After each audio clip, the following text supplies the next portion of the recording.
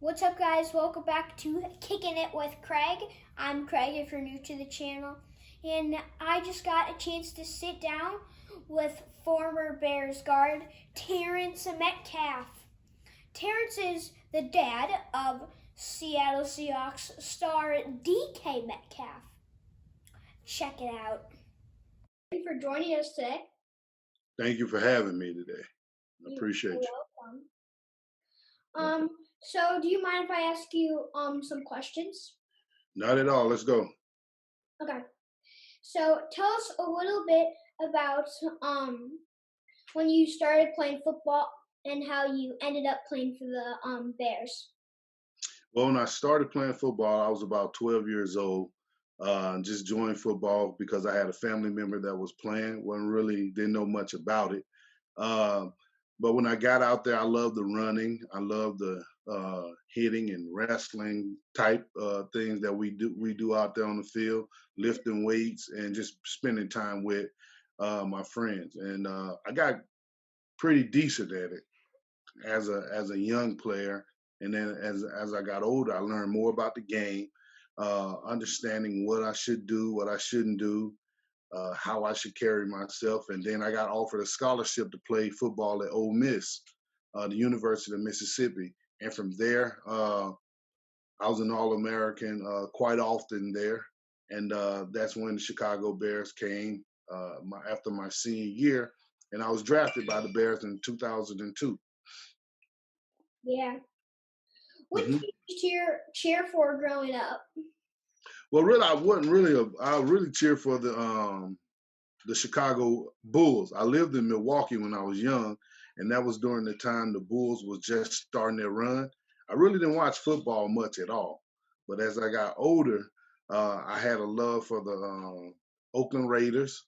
I did like them, and so never got a chance to play for them, but I played against them my last year with the Bears. Yeah, that had to be very cool for you. Oh yeah.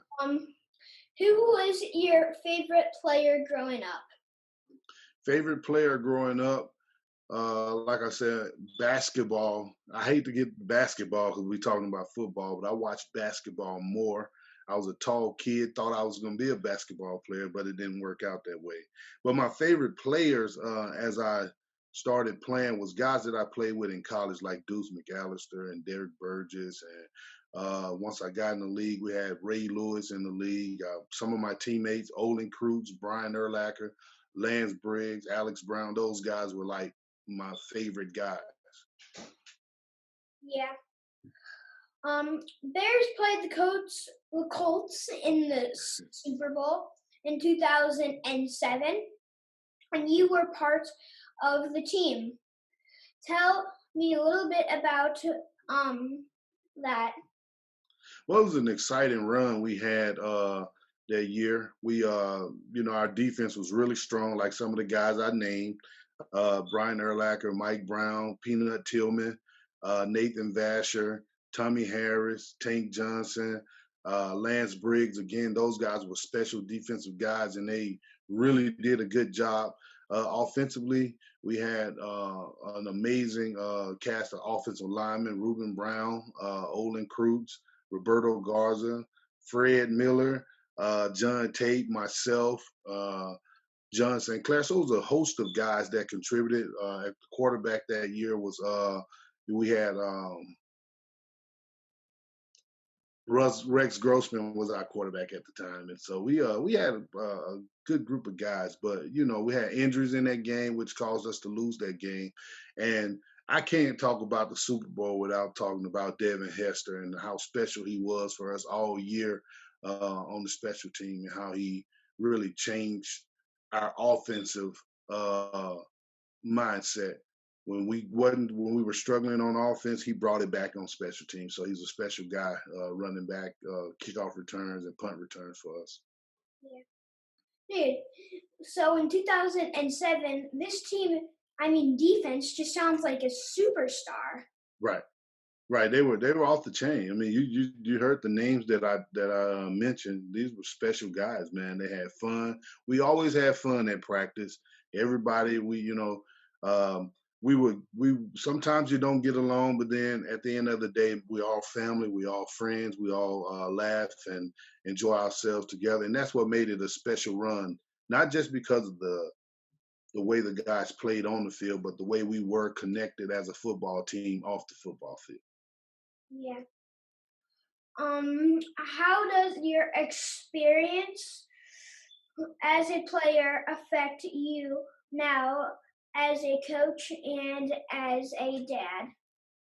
Well, just the discipline I learned, how to do things in a timely manner. So as a player, you got a protocol that you go by and a set of rules that you go by. And so you teach those things to your children.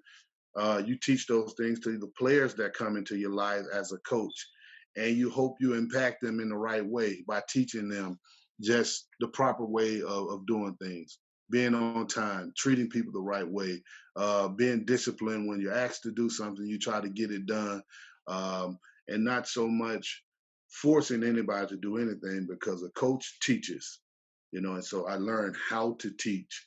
Even when there's issues, you learn how to communicate and talk those issues through and hopefully build the right character in the children, not just your children, but everybody, kids that come into your life. Yeah. Hmm. When DK decided to play football, were you excited or were you worried because of the injuries? No, I didn't really focus on the injuries. I knew how important football was for me and my life and my growth. And so when he decided that he wanted to play, I would never take that away from him because of fear. And we know we can get injured walking down the street. We can get injured walking down the stairs. You can get injured walking in the store. So injuries happen. That's not so with football. I was excited that he wanted to play, but I was most excited because he wanted to take it serious as a football player. Yeah. Um, what was one piece of advice you gave to DK when he started playing as a kid or in the NFL? I always said this: you work hard, you treat people right, and you trust God. And those are three things that he stand on now. When you work hard, you that means in the classroom, that means on the football field, that means in the weight room. When you treat people right and how you want to be treated, that also means in the classroom, in the hallways, in your community. You always focus not on self, but you focused on others. And so you focused on your family, you focused on your team, and you'll be mindful of how you act. And then trusting God and having a belief in what the word of God says to give you a set of morals and a set of values that you can go by. And so now you're conscious of, okay, when I'm working, what I should be doing, how I should be doing. Where does that strength come from? My strength comes through God. Then if I'm also conscious of that, then I'm conscious of, okay, I want to treat people right. I want to be mindful of how I treat my neighbor. And so those are some values that I learned uh, with quite honestly, uh, just having this interview with you, meeting your granddad, uh, Craig. He taught me and he exemplified those values, meeting me as a young player in the NFL and treating me not as a football player, but as a person with human character instead of just this new football player I'm excited to be around. He showed me love. He showed me, he talked to me with wisdom and understanding. And so I like to give that back to people. Yeah, I really like that, and especially about trusting God. That's really important. Oh yeah, Yeah. Are yeah. you ready for the funny questions? Always ready for the funny questions. We got the serious stuff out the way. Let's go. All right. What is your favorite ice cream flavor? Uh, Favorite ice cream flavor would have to be strawberry. Yeah, that's a good one. Oh yeah. What are you scared of the most? Really, man, the only thing that really scares me is No, I don't know. Nothing really scares me. The only thing just making sure that kids are okay and safe. That's the only thing that scares me, really. I'm not afraid of a snake. I built my courage up with that by handling the snake. I'm not afraid of a lion because I'm not getting in a cage with a lion. Uh, and so I try to make sure I keep myself safe and away from things that'll harm me. So that's really it, man. Just making sure kids are safe, you know, and that's it. Yeah. Do you have any superstitions or pregame results? I mean, Well, rituals. oh, I'm with you. I'm with you. I'm with you. I understand what you're saying. Look, the only pregame ritual that I had was I would always listen to the exact same music. My family, we listen to this guy by the name of Player Fly. He got a song, Nobody Needs Nobody, and that's just us. We're saying we're a family, and any noise outside of our family, we don't need the noise. We can do it ourselves, and so we listen to that song and doing things consistently the same way every time, making sure you're on time, making sure you got these things lined up as a player, and you stay focused on that so it doesn't mess you up and cause you to step outside of your comfort zone. And what is your go-to pizza? Oh, go-to pizza every time. Now it's New York style pepperoni and Italian sausage every time. Yeah, those are really good. And are you ready for the final funny question? Yes, I am. Let's go. All right. Do you have any hidden talents or hobbies? Oh yeah, I like to draw. I like to draw. I didn't know that. Oh yeah. What do you draw? Little characters. So I got a little character of myself that I can throw together for you real quick and show you in the screen. So it's kind of funny, but I've been doodling this for a long time since you asked me the last and final funny question.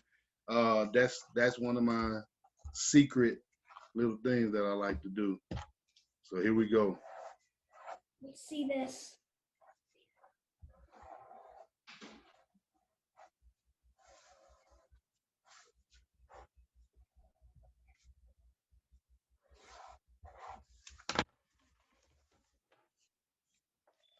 I hope you can see. Oh, you probably can't see. There we go. Oh yeah, I like that. Yeah. So yeah, I like to draw a little bit. Yeah. Thank you so much for joining us today. It was great chance to meet you. One of the nicest guys I've ever met. Thank you, man. For the pleasure, man. Pleasure's ours. You have a blessed day, okay? Thank you. Thanks again to Mr. Metcalf for letting me interview. And by the way, like I already said, he's just a super nice guy. And thank you to you guys too for watching this episode of Kickin' It with Craig. Make sure you hit the like button and subscribe so we can kick it again soon.